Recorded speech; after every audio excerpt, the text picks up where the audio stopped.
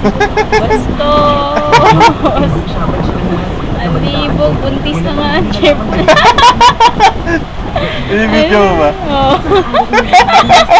Bastos! Chapelin, bastos! Buntis na nga ang chirpolin ko, ni pupuko mo pa. Ano ka, ha? Bastos ka.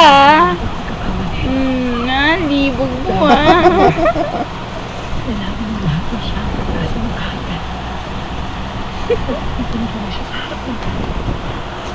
Libog eh. Tripolin? Tripolin? Wawa naman ang baby ko. Bastos ang Chapelin. May sasabihin na magdadamot na sige no. Yan.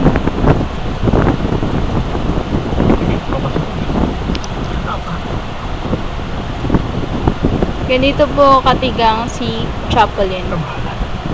Kanina pa yan sa kulungan. Bakit mo sabihin? Nawawala ka. Ang oras kayo nag-usap ang mag-alaga sa mahal ng prinsipe. Hindi ko na siya matagpuan. Bakit siya nawala? Nasa siya? Paano nangyari? Baka nagtago siya. Nabalitaan ko. Kailan lang?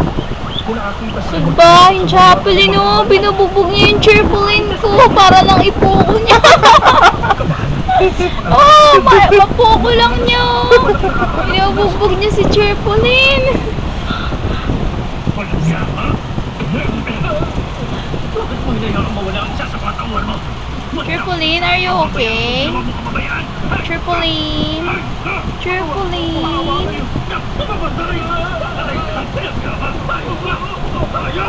Chapelin.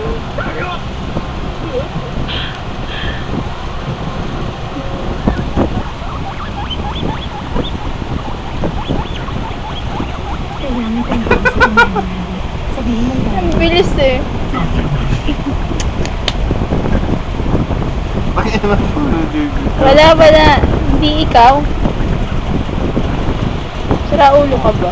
Hindi ka nga kita dito eh. Feeling mo guinea pig ka. Ama, hindi mo na dapat... Uy, nakakuha niya si Chapelin, no? Hindi ko naman Para ng patungan niya. Salbahe ka, ha?